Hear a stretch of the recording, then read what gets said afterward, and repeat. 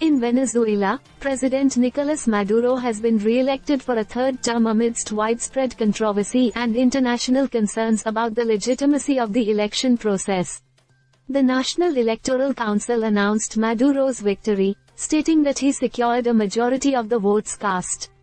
However, the election has been marred by allegations of irregularities and lack of transparency, prompting criticism from various quarters.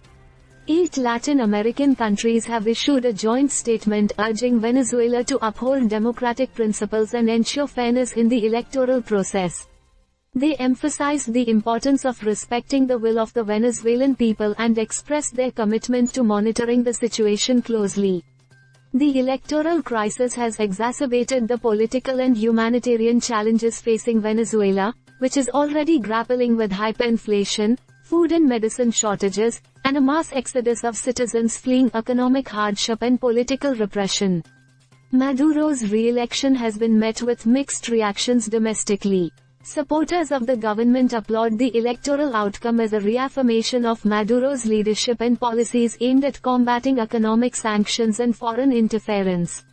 Opposition groups, however, have denounced the election as a sham designed to consolidate Maduro's authoritarian rule. International observers have raised concerns about the fairness of the electoral process, citing reports of voter intimidation, irregularities in voter registration, and limited access for independent monitors. The European Union and the United States have indicated that they do not recognize the results of the election and have called for an independent investigation into alleged electoral misconduct. The crisis has further strained Venezuela's relations with the international community, with calls for increased diplomatic pressure and sanctions against the Maduro regime. The United Nations and human rights organizations have called for accountability for human rights abuses and violations committed during the electoral process.